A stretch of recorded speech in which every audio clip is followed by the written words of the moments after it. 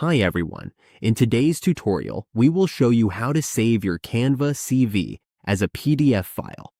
This way, you can easily share it with employers or upload it to job applications. PDF is a preferred format for resumes because it keeps your layout consistent across different devices.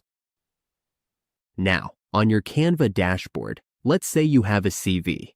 Here, you can see the details of your CV. For example, this is your CV. You have already added the text, the heading, and all your information.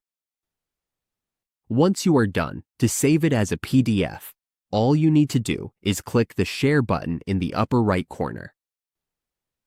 Now, once you are here, just click Download.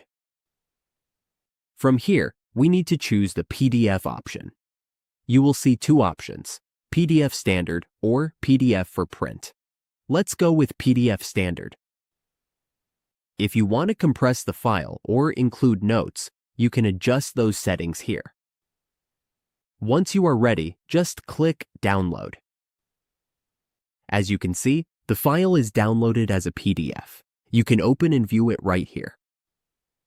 And that's how we save a Canva CV as a PDF file in just a few simple steps. Your resume is now ready to share professionally with anyone.